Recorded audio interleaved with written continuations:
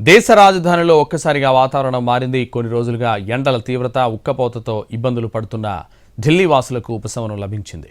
ఉదయం నుంచి ఢిల్లీ, నోయిడాలోని పలు ప్రాంతాల్లో భారీ వర్షం కురిసింది.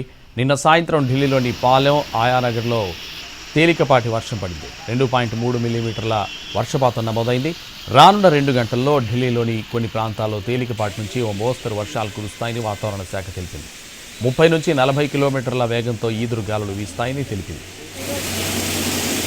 ఘజియాబాద్, నోయిడా, గురుగ్రామ్లో వర్షాలు కురుస్తాయని తెలిపారు వాతావరణ శాఖ అధికారులు. మరో వారం రోజుల పాటు ఢిల్లీలో వర్షాలు పడే అవకాశం ఉందన్నారు.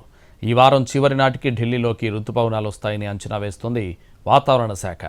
జూన్ 29 లేదా 30న ఢిల్లీకి చేరుకుంటాయని చెబుతున్నారు.